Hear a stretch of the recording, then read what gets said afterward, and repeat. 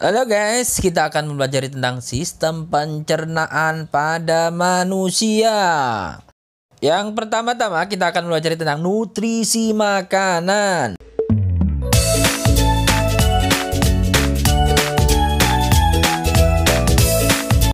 Nutrisi makanan memiliki peran yang penting bagi kehidupan manusia sebagai sumber energi dan bahan penyusun tubuh manusia.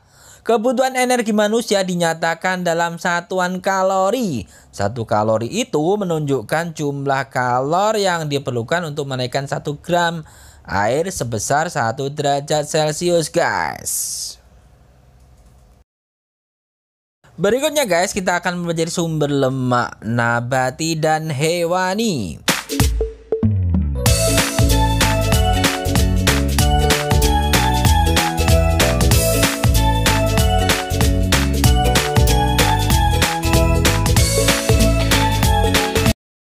Manfaat lemak nabati dan hewani bagi tubuh. Pertama, sumber energi. Dalam setiap 1 gram lemak terdapat 9 kalori untuk tubuh, guys. Yang berikutnya, sumber pertumbuhan sel. Yang C, membantu penyerapan vitamin. Yang D, menunjang produksi hormon. E, membantu kesehatan kulit. F, mendukung kesehatan organ tubuh seperti ginjal, hati, jantung, dan usus agar tidak mudah terluka.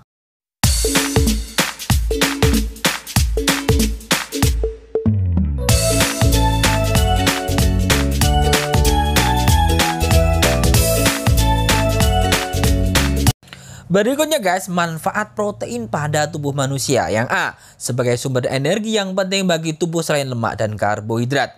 Membangun dan memperbaiki jaringan tubuh, membentuk antibodi, membentuk enzim dan hormon, meningkatkan massa otot dan kekuatan tubuh.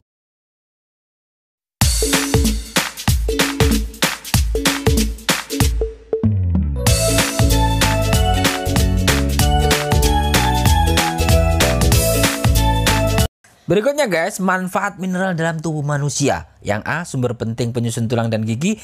B, sangat penting dalam pemilihan tekanan osmotik. Konstituen jaringan lunak. Kemudian berperan penting dalam transmisi impuls saraf guys. Yang E, berperan penting dalam menjaga keseimbangan asam basa tubuh. Merawat fungsi otak, mencegah nyeri otot. Dan yang H, menyalurkan oksigen ke seluruh tubuh.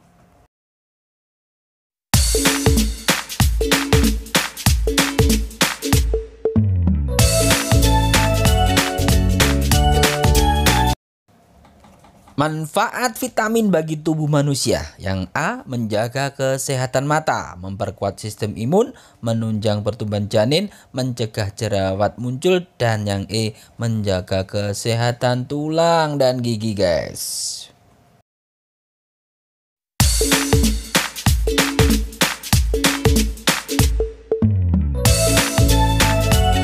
Berikutnya, fungsi karbohidrat adalah sebagai sumber energi utama bagi tubuh.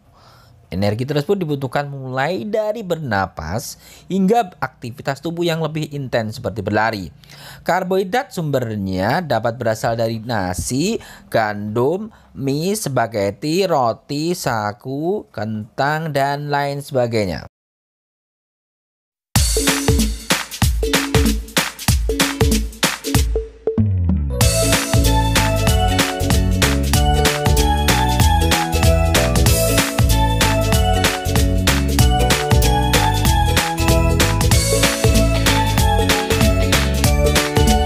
Berikutnya guys, kita akan belajar tentang sistem pencernaan pada manusia. Pada proses pencernaan itu ada 2 hal penting, yaitu pencernaan mekanik dan pencernaan kimiawi. Adapun organ pada saluran pencernaan itu ada mulut, kerongkongan, lambung, usus halus, usus besar, rektum, dan anus.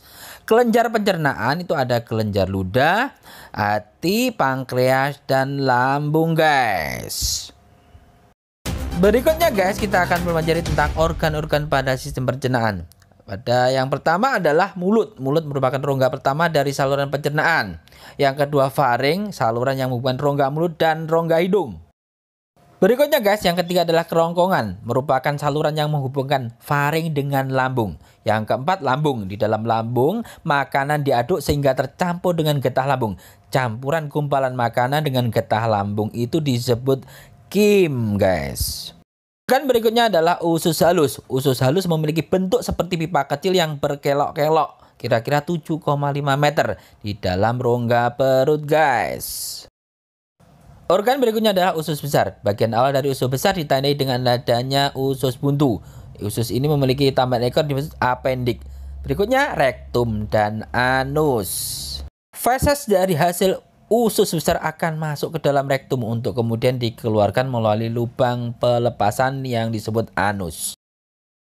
Organ-organ yang lain dalam pencernaan itu ada hati. Hati terletak di sebelah kanan rongga perut. Hati merupakan kelenjar terbesar di dalam tubuh manusia dan terdiri dari 2 bongkah lobus. Beberapa fungsi hati: memproduksi cairan empedu, melakukan detoksifikasi, membantu menjaga kadar gula darah, menguraikan lemak, menyimpan vitamin yang larut dalam lemak, mengatur pembentukan dan penghancuran sel darah. Dalam sistem pencernaan, hati akan mensekresikan cairan empedu ke kantong empedu. Berikutnya kantong empedu. Kantong empedu merupakan organ yang terbentuk seperti buah pir. Fungsi kantong empedu adalah sebagai organ penampung cairan empedu yang dihasilkan oleh hati. Berikutnya pankreas. Pankreas merupakan suatu kelenjar yang terletak di bawah lambung. Bagian kelenjar eksokrinin dari pankreas mensekresikan getah pankreas yang berupa enzim-enzim pencernaan ke usus halus. Enzim-enzim tersebut antara lain enzim aminase, tripsin, lipase, dan peptidase. Enzim tersebut akan menguraikan protein, lemak, dan karbohidrat menjadi asam amino, asam lemak, dan maltosa. Berikutnya, kita akan mempelajari kelenjar pada sistem pencernaan. Ada kelenjar ludah, kelenjar hati, kelenjar lambung, dan pankreas, guys. Dalam rongga mulut terdapat kelenjar ludah atau saliva. Terdapat juga kelenjar parotis. Kelenjar ini terletak di bawah depan dari telinga. Berikutnya kelenjar submaxillaris atau submandibular. Kelenjar ini terletak di bawah rongga mulut bagian belakang. Duktusnya bernama ductus Swartoni. Berikutnya kelenjar sublingualis.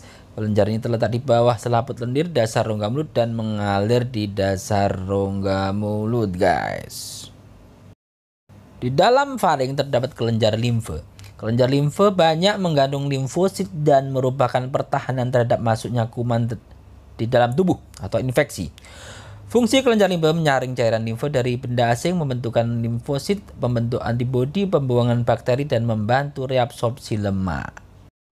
Di dalam lambung terdapat kelenjar lambung. Kelenjar lambung menghasilkan 4 enzim. Enzim pepsin berfungsi mengubah protein menjadi pepton protease polipeptida.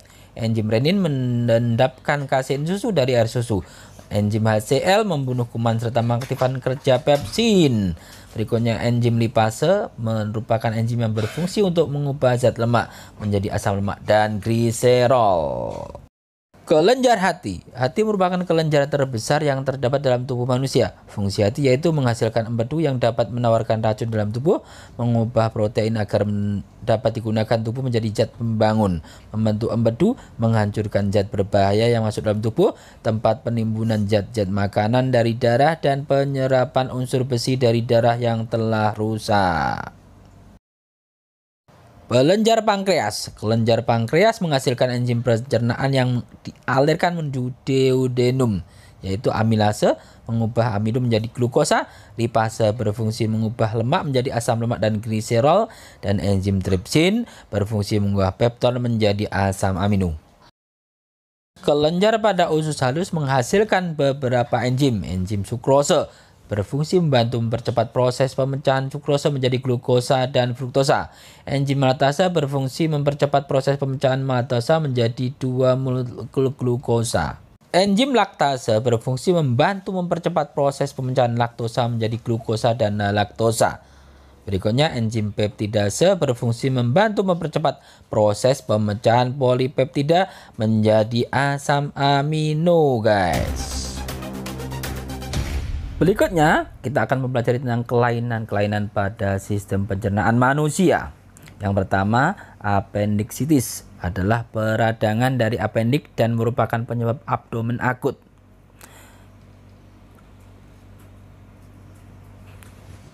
Yang kedua, diare adalah sebuah penyakit di mana penderita mengalami rangsangan buang air besar yang terus-menerus dari tinja atau feses yang masih memiliki kandungan air yang berlebihan, guys. Ketiga, gastritis, peradangan pada lapisan perut. Penyebab akut utama adalah konsumsi alkohol berlebihan atau penggunaan jangka panjang obat antiinflamasi nonsteroid, juga dikenal sebagai NSAID, seperti aspirin atau heartburn, perasaan terbakar yang menyakitkan di dada atau tenggorokan. Ini terjadi ketika asam lambung ke kerongkongan punggung Anda. Tabung yang membawa makanan dari mulut ke perut manusia. Heartburn biasanya dikaitkan dengan regurgitasi asam lambung, guys. Terima kasih, guys. Penjelasan ini semoga bermanfaat. Sampai jumpa.